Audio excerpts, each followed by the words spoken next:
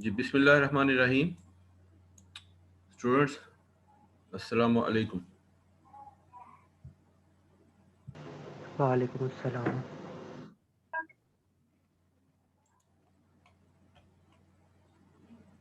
This is week number 13, lecture number 25. After completion this week number 13 or lecture number 25 and 26, there will be an assignment I will send in a group, official group made by college management.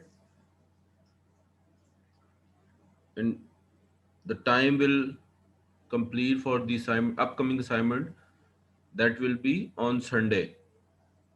So you have 5 days to complete the assignment and send on my email address individually. So be careful, give the attention to the lecture. If you have any question, any query, you can ask. Once again, I remind you, there will be assignment after these two lecture of week number 13, lecture number 25 and 26. There will be a quiz, sorry, there will be assignment I will send on the group and everybody will reply on my email just. Right? Okay sir. क्या हाल है Rehan? Fit फाट sir, आप सुनाए। Number 2 है ना आपका? Yes sir. लेकिन last 2 lecture में नहीं आए आप, है ना? जी सर, नहीं आया सर मैं। ओके। अच्छा जी, topic is money time relationship and equivalence. पैसे का टाइम के साथ क्या रिलेशन है और इससे मिलती जुलती चीजें बहुत इंपॉर्टेंट है। Every type of industry, every kind of industry all over the world, including Pakistan, everybody is going to be hired in the upcoming engineers. They all related to the money. They will hire you, they will get money, and they will give you money. So very important topic, very important aspects regarding money and time.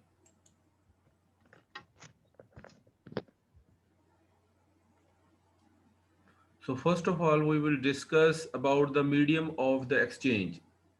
In money, if you talk about in Pakistani rupees, then you will say, I will give you the money in Pakistani rupees. In all over the world, even then China, Bangladesh, India, I remember in Iran, if you want to buy something, these are all neighbors, Iran, Afghanistan, China, India, you will consider in dollar. So अगर आप पाकिस्तान से बाहर किसी भी मुल्क से कोई deal करना चाहेंगे तो medium of exchange that is dollar, and if you buy something और if you business with some company, so you will use Pakistani rupees only. So the medium of exchange mean the means of payment of goods or services. आपने कोई चीज खरीदी, then you will pay something. आपने किसी की services ली, then you will pay something. That is called what seller expect and buyers pay. जो seller जो सर्विसेज ले रहा है आपसे सेलर, वो क्या एक्सपेक्ट करता है, और जो बायर आपसे कोई चीज खरीद रहा है तो वो आपसे क्या एक्सेप्ट करता है। अगर वो क्या नीड, पाकिस्तान में भी कुछ कंपनीज ऐसी हैं, they will demand on the medium of exchange that is dollar. वो कहेंगे जी हमें अपनी सर्विसेज देने के बाद आपसे पैसे डॉलर में चाहिए। तो जो उस वक्त डॉलर का rate at the time of date होगा वही आपको पे करना पड़ेगा। सपोज वो आपसे कमिटमेंट करता है कि मुझे डॉलर चाहिए, तो जो रेट उस दिन का होगा आपको वही पे करना पड़ेगा। The units of account, precise measurement of value or worth allows for tabulating debits and credits. अब यूनिट ऑफ अकाउंट का मतलब ये है कि आपकी वैल्यू क्या है, उसकी मेजरमेंट किस में करेंगे, वर्थ क्या है उसकी। यानी पाकिस्तानी रुपीस की वर्थ उसको अच्छी लगेगी, then he will give the instruction to directly management of that company, please provide me in rupees as a medium of exchange or in dollar as a medium of exchange, कि आपने exchange किससे करना है। तो जो उसको valuable चीज़ लगेगी या वर्थ लगेगी जिस चीज़ में ज़्यादा है, वही उस वक्त वो डिमांड करेगा। इट डजंट मीन कि जी वो आपके साथ पाकिस्तानी रुपीज़ में ऑलवेज बिजनेस करेगा। Allows for tabulating debit and credits, yes, आपकी कुछ कंपनियां या कुछ बायर ऐसे भी होंगे जो आपसे उधार और पेमेंट पर काम करेंगे। डेबिट मीन पैसा देना, क्रेडिट मीन उधार लेना। These are financial terms. Credit का मतलब आपने उधार लेनी है, यानी आपके पास पैसे नहीं है और आपने पे कर दिए हैं। जैसे कहते हैं क्रेडिट कार्ड है मेरे पास। अब क्रेडिट कार्ड मीन ये है कि आपने बैंक के थ्रू पेमेंट कर दी है, बट आपने अभी अपनी पॉकेट से पेमेंट नहीं की, बैंक ने अपनी तरफ से पेमेंट कर दी है, and you will pay after 1 month और after 50 days।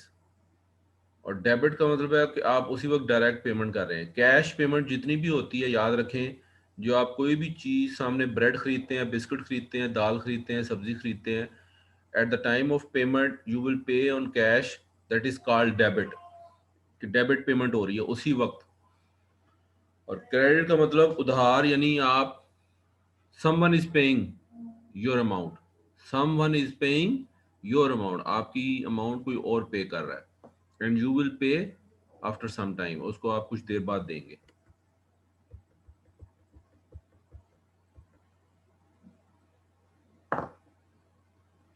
The next terminology is capital, the wealth in the form of money or property that can be used to produce more wealth। अगर आपके पैसा, आपके पास industry, घर, गाड़ियां खरीद रहे हैं, इट मींस कैपिटल, आपका वेल्थ बढ़ रही है। ठीक है जी। अगर आपके पास पॉकेट में इतने पैसे आ रहे हैं कि आप इंडस्ट्री लगा लें, घर बना लें, and you can make other things, other factories, you can easily buy the transportation, different vehicles, it means you are going to improve your wealth in the form of money or property, that is called capital. You are going to increase the capital. If you add some money, if you, first of all, you buy a house, you after some time you buy another house, third house, fourth house, you buy a new Corolla car, you buy a new city car, so you are going to improve your wealth and your property। अब एक property tax भी होता है और एक wealth tax भी होता है। तो वेल्थ का मतलब ये है कि आपके पास क्या क्या चीज़ है। प्रॉपर्टी का मतलब है कि क्या क्या आपके पास ज़मीनें कौन सी हैं, ठीक है जी, आपके पास घर कितने हैं, फैक्ट्रियाँ कितनी हैं। जब आपकी वेल्थ की बात आती है, वेल्थ टैक्स दें, तो इट मीन्स आपके पास पैसा कितना है, आपके पास गाड़ियाँ कितनी हैं, आपने सोना कितना रखा हुआ है, आपका बैंक बैलेंस कितना है, तो दैट इज वेल्थ। उससे मुतल्लिक आप टर्मिनोलॉजी लिखते हैं। ओके जी। The kinds of capital, equity capital and debit capital. ये टर्मिनोलॉजी आपकी एज ए बिजनेसमैन आप यूज करते हैं।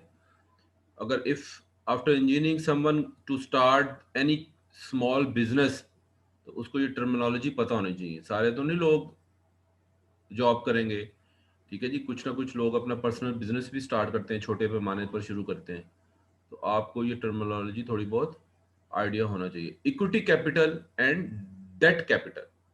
अब equity capital is that owned by individuals who have invested their money और property in a business project in the hope of receiving profit. Very simple, कि जो पैसा आप किसी भी जगह इन्वेस्ट करें, कोई प्रॉपर्टी खरीदें, कोई प्रोजेक्ट स्टार्ट करें, और आखिर में आप चाहते हैं कि मैं प्रॉफिट रिसीव करूं, वो जो पैसा लग रहा है, वो जो पैसा बिजनेस में, प्रॉपर्टी में और कोई इंडस्ट्री में लग रहा है, प्रोजेक्ट में लग रहा है, कि आप ये माइंड में रखे हुए हैं, माइंड में रखे हुए हैं कि आप प्रॉफिट रिसीव करेंगे, उस कैपिटल को कहते हैं इक्विटी कैपिटल। ठीक है जी। अब सिंपल फाइनेंस की टर्म में लोग आपसे पूछेंगे आपका इक्विटी कैपिटल कितना है, how much you have equity capital. It means कि उस पैसे की बात की जा रही है, उस प्रॉपर्टी की बात की जा रही है जो आपको प्रॉफिट देती है। इसमें बैंक बैलेंस नहीं आएगा। इसमें आपने सोना रखा हुआ है, देखा ना, सोना आपने घर में लेके रखा हुआ है, वो आपको प्रॉफिट थोड़ी दे रहा है। तो बात को समझने की कोशिश करनी है। सोना ऐसी वो चीज जो आपको सिर्फ प्रॉफिट दे। जमीनें लोग खरीदते हैं कि जी हमें ये कुछ अरसे बाद पैसा ज्यादा अच्छा मुनाफा दे देंगी, तो that is also called equity capital. Question जो भी हो मुझे उसी वक्त पूछ लेना, कोई समझ ना आए, but I am going to try my best कि जी आपको ईच एंड एवरीथिंग क्लियर हो जाए। Equity capital once again those amount to invest to buy a property which gives after some time a profit form। ऐसी चीज जो आपको profit दे वो इक्विटी कैपिटल कहलाता है। ऐसा कैपिटल जो आप पैसा इन्वेस्ट करें और उसको आप कुछ देर हस्ते में कुछ अरसे बाद आप प्रॉफिट कमाएं, वो इक्विटी कैपिटल होगा। अगर कोई बंदा गाड़ी खरीदता है और इमीडिएटली उस गाड़ी को 10,000 प्रॉफिट में बेच देता है, तो वो भी कैपिटल आपका इक्विटी कैपिटल में चला जाएगा कि जो प्रॉफिट दे रहा है। And debt capital often called borrowed capital. Industry के अंदर जो लोग इंडस्ट्री चलाते हैं उनके पास अगर पैसा ना हो तो वो अपने शेयर बेचते हैं या वो बॉन्ड खरीदते हैं। बॉन्ड भी मुख्तलिफ कंपनी के होते हैं कि जी हमें पैसा चाहिए, हमने अपनी कंपनी के अंदर इन्वेस्ट करना है।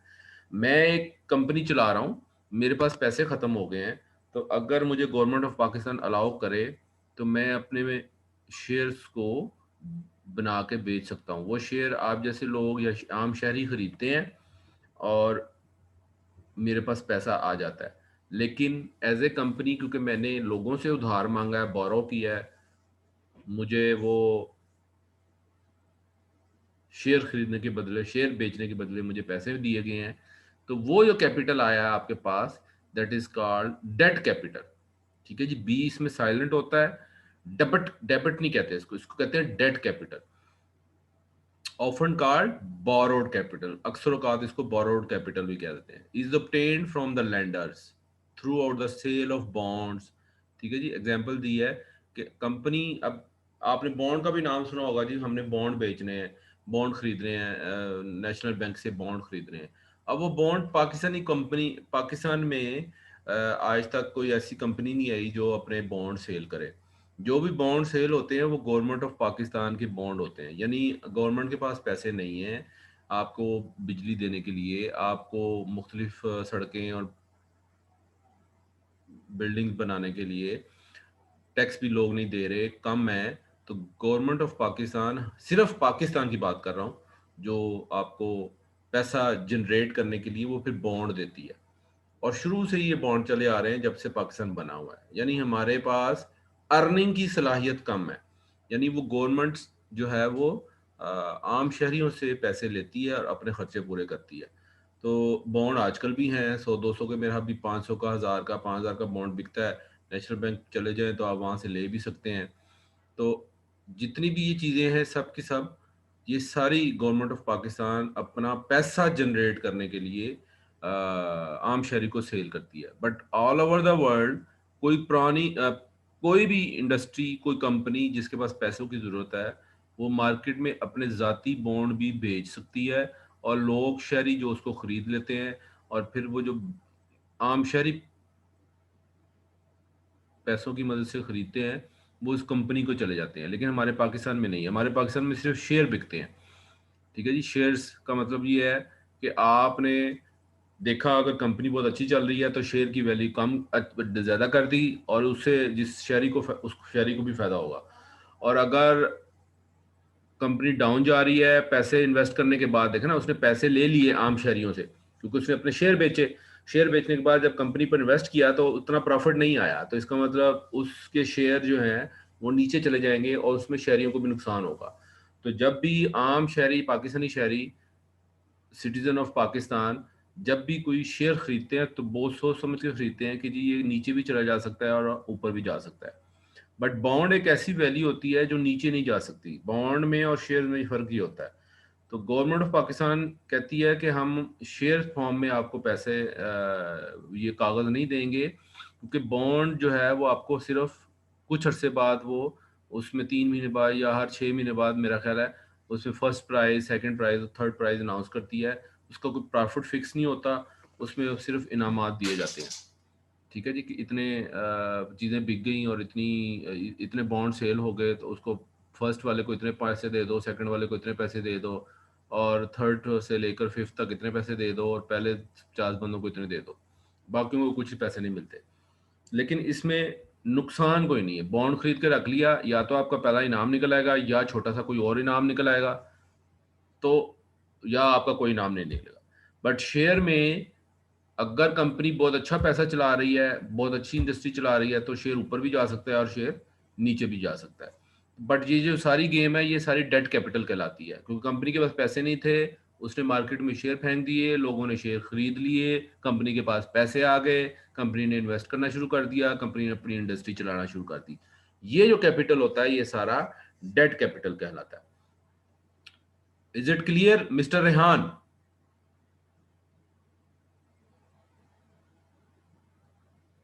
जी सर। ओके। अब एक डेट फाइनेंसिंग है और एक इक्विटी फाइनेंसिंग है। कैपिटल से मुराद कि आपके पास टोटल कितने पैसे हैं, जो भी आप डील कर रहे हैं, जो आप ऐसे देखें, जो पैसा आप ऐसी जगह लगाते हैं या ऐसी चीज खरीदते हैं जो आपको प्रॉफिट दे, उस कैपिटल को कहते हैं इक्विटी कैपिटल। और जो आप पैसा प्रॉफिट कमाने के लिए उधार किसी से लेते हैं, चाहे वो बॉन्ड हो, चाहे वो शेयर हो, चाहे बैंक से लोन ले लें या किसी से लोन पकड़ लें, वो सारा capital very simple date capital कहलाता है। अब फाइनेंसिंग एक डिफरेंट चीज है। फाइनेंसिंग का मतलब होता है कि आपने पैसा कितना लगाना है, कितना फाइनेंसिंग देनी है कि आपको ये बिजनेस प्रॉफिटेबल बन जाए। अब फाइनेंसिंग का मतलब ये होता है कि मैं अपने पैसा अपनी कंपनी में अगर लगा रहा हूं, अपना पैसा अपनी कंपनी में लगा रहा हूं, पैसा मेरा है, कंपनी भी मेरी है, तो मैंने अपने पॉकेट से निकाल के अपनी कंपनी में लगा दिए। अगर खुदा ना खास्ता कंपनी डूब गई तो नुकसान किसको होगा? कंपनी वालों को भी होगा और मुझे भी होगा। तो जितने भी मालकान हैं, एक बात याद रखें, इंडस्ट्रियलिस्ट हैं, कोई भी बिजनेस शुरू करता है, what ever who ever start the business, if he invest in any business, he will finance, वो फाइनेंस करेगा। किसको? उस कंपनी को, चाहे उसकी अपनी कंपनी हो। तो हम उसको कहते हैं डेट फाइनेंसिंग। क्यों? क्योंकि वो उस कंपनी को उधार दे रहा है अपनी पॉकेट से निकाल के। That is called debt financing. कुछ समझ आई? जी सर। No sir. सर ये 19 बैच वाले हैं हमारे इसमें 19 बैच वाले ऑफ स्टूडेंट हो जाए। 9। बेटा 19 बैच की क्लास नहीं है, मेरे से गलती से हो गई थी।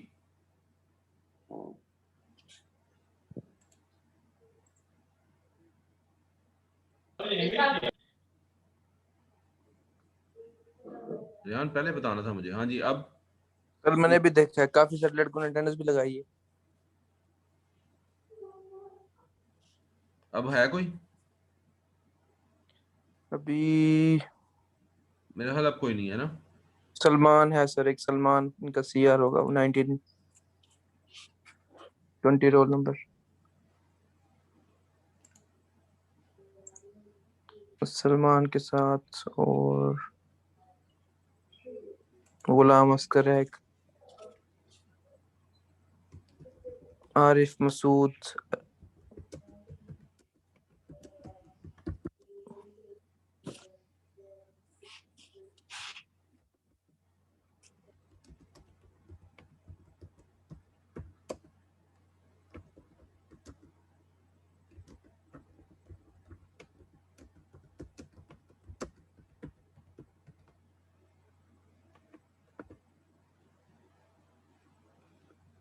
ओके, अब ठीक है रेहान? सर जी 2 अभी भी हैं। कौन है? जी सर। एक सलमान इनका सीआर होगा शायद। कर दिया। एक सलमान गया नोमान ताहिर है। और किधर है? और एक और था,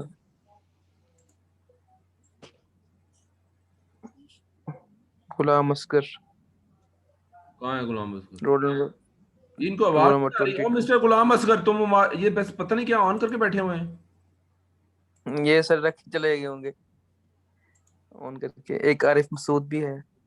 आरिफ मसूद। और गया, ये भी गया, बस ठीक है। और और देख लो बरल। नहीं है सर, नुमान ताहिर है सर एक, बस उसके अलावा कोई नहीं है। नुमान ताहिर है एक। नुमान ताहिर किधर है? सलमान अर्शद से ऊपर देखें, ऊपर वाली साइड पे गया, ये भी गया, बस पूरे हो गए। चलो, मैंने आज गलती से ना 19 वाले बैच में मैसेज कर दिया शुरू में, जो आप लोगों को करना था, और आप चलो, लोग लेट किया। आइडिया आइडिया हो गया सर, मुझे हो जाता सर, इंसान ही है, बस पता बंदा नहीं, भूल के। असल में ना आज वो बेटे की फर्स्ट आज पेपर था, तो उसको स्कूल छोड़ने जाना था। वो पहला पहला उसका पेपर था। प्री नर्सरी में तो पेपर नहीं हुआ था, लेकिन नर्सरी में उसका आज पहला पेपर था। मुझे सारी टेंशन। माशाल्लाह, कोई नहीं सर, हो जाता है। अच्छा जी। बस मुझे लगा, मैंने कहा अटेंडेंस में मसला होगा आपका ना। नहीं, नहीं, वो तो 19 वाला मैं नहीं उठाऊंगा। अच्छा जी, हम अब बात कर रहे हैं डेट फाइनेंसिंग की। किसने बात की थी, नहीं समझ आई? सर शहबाज मैंने था। कहा था शहबाज। हाँ, फाइनेंस का मतलब होता है पैसे देना। ठीक है, जब आप कहते हैं ना कैपिटल, देखें कैपिटल, इक्विटी कैपिटल का मतलब यह है कि आपने बैंक से लोन लेकर बिजनेस शुरू कर दिया। आपने बैंक से पैसे लेकर बिजनेस शुरू कर लिया, और ऐसा बिजनेस शुरू किया, ऑब्वियसली वो प्रॉफिट देगा। तो उस कैपिटल को आपने कहाँ यूज किया? अपने बिजनेस में यूज किया और प्रॉफिट लेने के लिए यूज किया। उस कैपिटल को हम कहते हैं equity capital. That is not a financing. और बैंक उसको अपनी जबान में फाइनेंसिंग कहेगा। वो कहेगा हमने एक बंदे को लोन दिया है, फाइनेंस किया है, but at the term which you use as a businessman, because you are going to start the business and you will get the profit, that capital you will use is called equity capital. But the in bank will say I am going to finance to the particular businessman and he will get the profit. ठीक है जी, bank अपनी जबान में उसको financing कहेगा। अब ये जो डेट फाइनेंसिंग है, क्योंकि जो आप उधार लेंगे, बैंक आपसे आप उधार ले रहे हैं, तो उसको हम डेट फाइनेंसिंग कहेंगे। लेकिन वो कैपिटल आप कहाँ यूज कर रहे हैं? प्रॉफिट लेने के लिए, अपना बिजनेस में चला रहे हैं, तो उसको कैपिटल, इक्विटी कैपिटल में डालेंगे। वो इक्विटी कैपिटल का पार्ट होगा। बट फाइनेंसिंग जो आप आपको दे रहा, कौन दे रहा सोर्स? या तो आपका अपनी पॉकेट होगी, या आप किसी बैंक से उधार लेंगे, या आप किसी से लोन लेंगे। तो उसको, उस फाइनेंसिंग को हम डेट फाइनेंसिंग कहेंगे। क्योंकि आपके पास पैसे नहीं थे, आपने लोन ले लिया। आपके पास पैसे नहीं थे, आपने बैंक से लोन ले लिया। आपके पास, कंपनी के पास पैसे नहीं थे, कंपनी ने सीईओ की पॉकेट से पैसे ले लिए। ठीक है ना? तो ये सारी की सारी चीजें डेट फाइनेंसिंग कहलाती हैं, कि उधार ली गई हैं। एक इंसान जो पैसा इन्वेस्ट करता है ना, वो कहता है मैं पागल हूं, मैं क्यों लगाऊं, बाद में नुकसान हो गया तो क्या होगा? तो वो, उसको डेट फाइनेंसिंग शो करता है। शुरू में ही, स्टार्ट में कह देता है कि जी ये एक डेट फाइनेंसिंग है, जो कि मैंने अपनी पॉकेट से उधार लिया और मैंने अपने पॉकेट में वापस लेके आने हैं। जब प्रॉफिट कमाना शुरू कर देती कंपनी, जब इक्वल हो जाता है, वो कहते हैं ना जी पे बैक कब होगा। सिंपल कहते हैं जी मुझे इस बिजनेस का पे बैक कब होगा। पे बैक से मुराद कि मैं जितना भी पे करूंगा, जितना भी पैसा इन्वेस्ट करूंगा, वो मुझे बैक कब मिलेगा। तो 4 साल का अरसा भी लग सकता है, 5 साल का अरसा भी लग सकता है। अब आपको पता है एफएफसी फौजी फर्टिलाइजर, जब 1984 में सदर जियाउल हक ने इसको स्टार्ट किया था, एक पहला प्लांट लगाया था, तो दूसरा प्लांट जाके नवाज शरीफ ने अपनी हुकूमत में 99 में लगाया, जो कि तकरीबन मेरा ख्याल है 15 साल बाद लगा। और उसमें ये आर्मी का था प्लांट, आर्मी ने इस पर सिर्फ 5% इन्वेस्ट किया था अपना। तो इन्होंने जितनी भी फाइनेंसिंग करवाई वो सारी की सारी अस्करी बैंक से करवाई, या मुख्तलिफ HBL से करवाई, या लाइट बैंक से करवाई। वो सारी डेट फाइनेंसिंग थी। अब पे बैक तकरीबन सुना है 2016 में हुई थी इनको, 2016 में, यानी 1984 का लगा हुआ प्लांट 2016 में पे बैक हुआ। 30 साल लग गए उस कंपनी को अपना सारा फाइनेंस जो उसने उधार लिया था बैंकों से या दूसरे लोगों से, आर्मी को जो जो उसने पे बैक किया। और 30 साल बाद वो आके कहती है कि जी अब जितना पैसा हम लोगों ने फाइनेंसिंग किया था वो वापस कर चुके हैं, क्योंकि इंस्टॉलमेंट देते रहे हैं वो, आप बैंक को पे हर महीने प्रॉफिट में से निकाल निकाल के पैसे वापस देते हैं। तो 2016 के बाद जो कंपनी के लोगों को ज़्यादा बेनिफिट मिलना शुरू हुए, उससे पहले जो थे वो ज़्यादातर बैंकों को एज ए इंस्टॉलमेंट के तौर पर वापस जाते थे पैसे। तो अब पे बैक किसी भी इंडस्ट्री का 30 साल है, किसी का 2 साल है, किसी का 10 साल है। तो डेट फाइनेंसिंग जब खत्म हो जाती है, बोरो मनी यानी जो आपने उसको हम डेफिनेशन में कहते हैं बोरो मनी। डेट का मतलब मैंने पहले बता दिया था, उधार। ऐसी फाइनेंसिंग कर रहे हैं जो आप किसी से ले रहे हैं, वो बोरो करते हैं। वो बॉन्ड भी हो सकता है, वो शेयर भी हो सकता है। ठीक है जी। And promise to pay principal interest. आप प्रॉमिस करते हैं बैंक को कि I will pay back with principal. जो प्रिंसिपल का मतलब है जो आपने एग्जैक्ट अमाउंट ली, एंड इंटरेस्ट, और उसके ऊपर जो इंटरेस्ट लगा। ठीक है जी। शबाज समझ आई कुछ? फाइनेंसिंग मीन डेट फाइनेंसिंग, आगे इक्विटी फाइनेंसिंग आएगी। जी सर, समझ आई है। हाँ, और डेफिनेशन ये मुझे अच्छा उस वक्त समझाने का मौका मिलता था जब मेरा फाइनेंस में MBA अभी पिछले जनवरी में कंप्लीट हुआ है। मेरे कंसेप्ट बहुत अच्छे और क्लियर हो गए। यानी एक इंजीनियर्स के लिए समझाना बहुत मुश्किल होता है ये सिंपल जो फाइनेंस की टर्मिनोलॉजी होता है। बहरहाल, the borrow money is called always debt financing. यानी आप वो बोरो कर रहे हैं बेसिकली फाइनेंसिंग अपने प्रोजेक्ट में, अपनी इंडस्ट्री के अंदर जो फाइनेंसिंग कर रहे हैं वो आप डेट कर रहे हैं। अपनी पॉकेट से भी पैसा लगाएंगे तो आप उसको डेट फाइनेंसिंग कंसीडर करेंगे, क्योंकि उसको CEO ने पे किया और CEO कहेगा मैंने तो पे बैक करना है। ऐसा कोई भी बंदा दुनिया में पागल नहीं है जो कहेगा ठीक है मेरी जेब से पैसे लिए जाओ। तो लेकिन उसको फाइनेंस की टर्म में हमेशा डेट फाइनेंसिंग करते हैं। अब डेट फाइनेंसिंग आपकी पॉकेट से भी हो सकती है, बैंक से भी हो सकती है, किसी बंदे से भी ले सकते हैं, या कोई चीज सेल करके, कहते हैं ना जमीन बेच दो तो बिजनेस में लगा दो, है गाड़ियां दो बेच दो और बिजनेस में लगा दो, क्या करनी है बाद में अल्लाह मियां पैसे देगा तो हम और प्रॉफिट से कमा लेंगे। तो वो जितनी भी गाड़ियां सेल कर रहे हैं वो आपकी अपनी पर्सनल गाड़ियां थी ना, आप अपने आप पर कुर्बानी दे रहे हैं। तो वो सारी उधार है। बिजनेस कोई भी लगाया जाए वो डेट फाइनेंसिंग से स्टार्ट होता है, एक बार याद रखें। अब वो डेट फाइनेंसिंग आई कहां से है? आपकी पॉकेट से आई है, that is called debt financing. Bank से लोन लिया, डेट फाइनेंसिंग। कोई चीज बेच के लिए, डेट फाइनेंसिंग। ठीक है जी। किसी से वैसे उधार पैसे पकड़ लिए हैं, debt financing. And you will पे।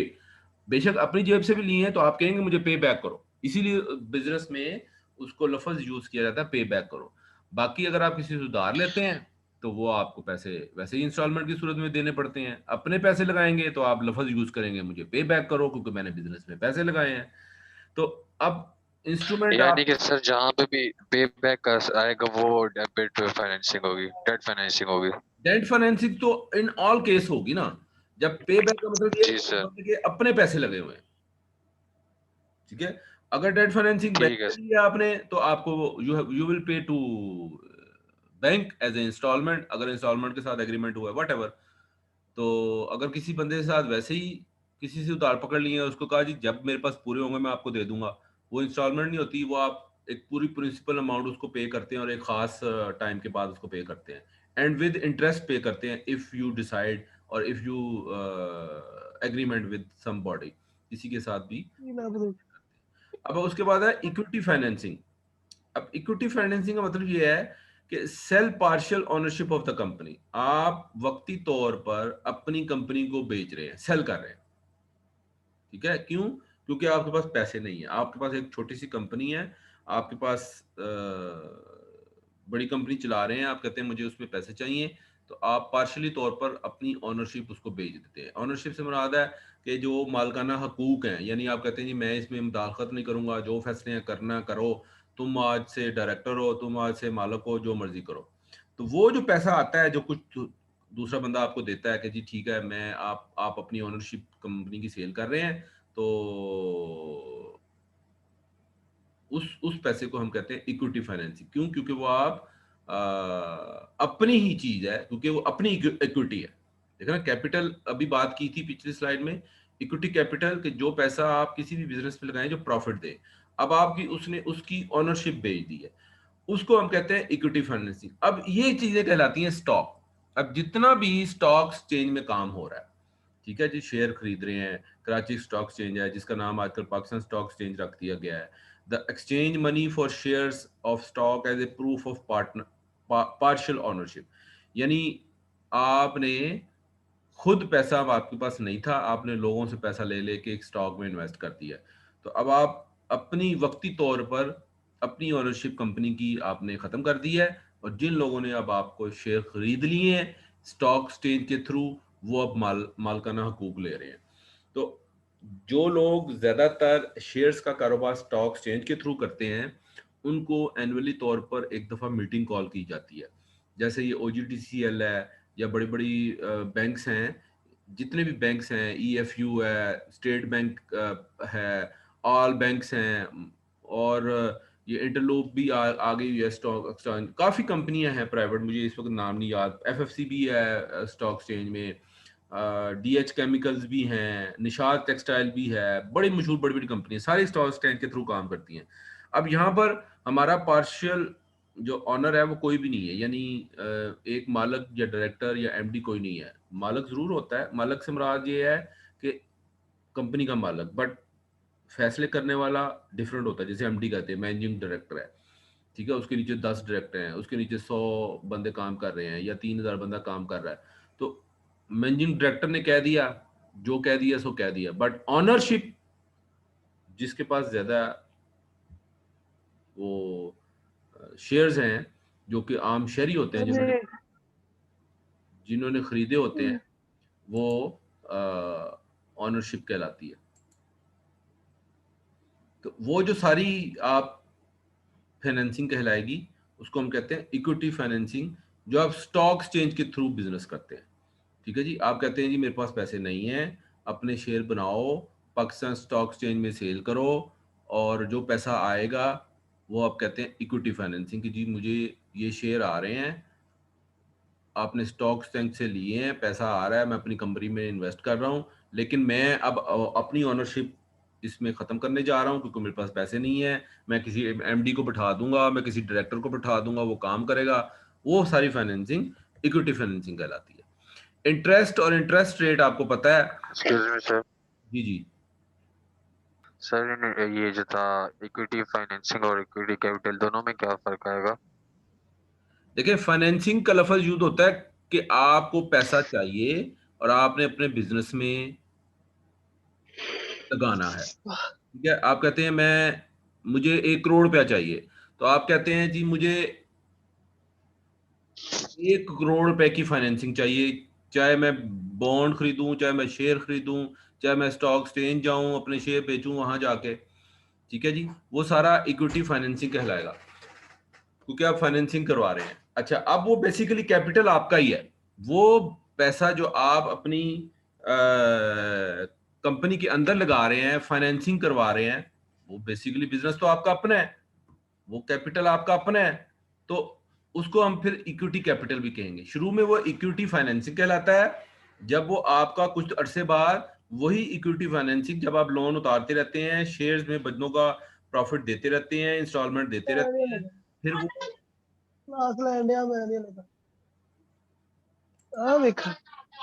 मिस्टर फरहान अली इसको माइक ऑफ करें।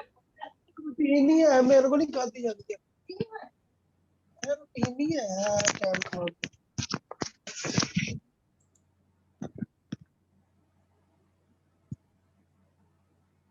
Everybody should keep your mic off, please. अच्छा जी, शुरू में जो फाइनेंसिंग करवाते हैं वो इक्विटी फाइनेंसिंग कहलाती है। जब आपकी इंस्टॉलमेंट देते रहते हैं वो फिर आपकी इक्विटी कैपिटल में चेंज हो जाती है कि वो अब मेरा अपना कैपिटल, ठीक है। वो इक्विटी कैपिटल। ठीक है सर। ठीक है जी। अच्छा, अब इंटरेस्ट, इंटरेस्ट से मुराद है the fee that borrower pay to the lender for the use of his her money. मैं आपसे पैसा लेता हूँ, बैंक से पैसा लेता हूँ, बैंक कहता है मैं आपको 8% या 9% आपको इंटरेस्ट पे करना पड़ेगा, वो उसको कहते हैं इंटरेस्ट। और इंटरेस्ट रेट यानी किस परसेंटेज पर आपने देना है, 8 पर देना है, 10 पर देना है, या 12 पर देना है, ये वो रेट कहलाता है। इंटरेस्ट चलता है हमारे, आपको पता है बैंकिंग में, आज अगर आप 1 करोड़ रुपया या 1 लाख रुपया लेते हैं तो when you will pay back you will पे विद इंटरेस्ट। और क्या इंटरेस्ट रेट होता है, वट एवर जो उस वक्त गवर्नमेंट का चल रहा होता है वो इंटरेस्ट रेट देना पड़ता है। अब ये देखें, हमारे यहाँ पाकिस्तान में इंटरेस्ट रेट, अगर आप किसी से बहुत कम पैसा लें तो वो इंटरेस्ट कहता है यार इतना कम पैसा लेना है, मुझे क्या फायदा होगा। बैंकिंग जितनी भी पाकिस्तान में चल रही है, अगर आप उससे शुरू से थोड़ा पैसा लें, मतलब सारे सारे पाकिस्तानी कहें कि हमने बैंक से बहुत कम पैसा लेना है, तो फिर बैंकिंग तो डूब जाएगी। ठीक है ना। बैंकिंग कहती है कि अगर आपने पैसा थोड़ा सा भी आपको चाहिए तो मैं अपना इंटरेस्ट रेट बहुत ज्यादा मैक्सिमम रखूंगा। अब ये देखिए यहाँ पर डिमांड ऑफ, जो क्वालिटी क्वांटिटी ऑफ मनी है शुरू में, अगर आप हॉरिजॉन्टल पेज देखें, वो शुरू में, सॉरी, आपके पास जहाँ ये कर्सर मेरा अगर नजर आ रहा हो तो शुरू में आपके पास क्वांटिटी ऑफ मनी कम है तो आपने इंटरेस्ट रेट हाई रखा होता है। और जो जो आप पैसे की डिमांड बढ़ाते चले जाते हैं, बढ़ाते चले जाते हैं, तो आपका इंटरेस्ट रेट भी कम होता जाता है। ये इन्वर्सली प्रोपोर्शनल होता है, याद रखें। बैंक से अगर पैसा कम लेंगे तो इंटरेस्ट रेट ज्यादा लगाएगा, और अगर आप बैंक से पैसा क्वांटिटी बढ़ाते चले जाएंगे तो पैसा आपको कम इंटरेस्ट रेट पर मिलेगा। इसीलिए जब हम कोई गाड़ी हम खरीदते हैं 4 5 6 लाख की गाड़ी, तो इसका इंटरेस्ट रेट बहुत हाई होता है। लेकिन अगर हम हाउस लोन लेते हैं बैंक से, मतलब अब हाउस 4 लाख से हाउस तो थोड़ी बनेगा, वो जमीन भी खरीदनी है, ऊपर 20 लाख का, आज तो आजकल तो 5 मरले का मकान भी 25 लाख में तैयार होता है। तो फिर आपको पैसा ज्यादा लेना पड़ता है। तो जैसे ही ज्यादा पैसा होता है तो उसका इंटरेस्ट रेट 8 से 3 2% पर आ जाता है। ये अब आप बैंकिंग में जाके बेशक किसी भी बैंक वाले से पूछ लीजिएगा कि कम पैसों पर इंटरेस्ट ज्यादा होता है, गाड़ियों पर इंटरेस्ट ज्यादा होता है, और घरों वाली या इंडस्ट्री के जो लोन लेते हैं, ठीक है जी, लोग जो इंडस्ट्री चलाते हैं वो भी तो बैंकिंग उनको भी लोन देता है, जो करोड़ रुपए दे दो जी मुझे 2 करोड़ दे दो, उस पर भी इंटरेस्ट मजीद कम होता है। तो सबसे ज्यादा इंटरेस्ट गाड़ियों पर होता है, उससे कम इंटरेस्ट घरों पर होता है। और अगर घरों की कीमत से भी ज्यादा अगर आपको लोन चाहिए जी, मुझे 3 करोड़ चाहिए, जैसे एफएफसी फैक्ट्री लगनी थी तो बिलियंस में लोन लिया गया था, तो उस वक्त इंटरेस्ट रेट मेरा 1% था या जो भी था। ये बहुत कम टाइम लग गया मेरे पास, मैंने अटेंडेंस लेनी है इससे पहले कि ये ऑफ हो जाए। कैमरा ऑन कर लें प्लीज, जल्दी से, 1 सेकंड है हमारे पास।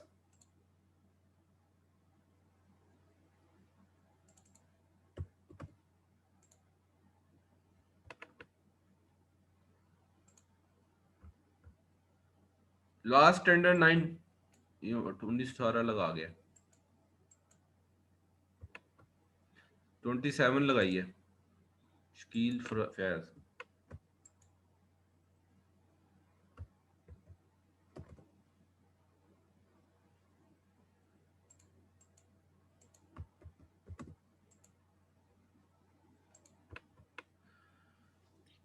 ये भी हमारा नहीं सर, मोहम्मद वकील।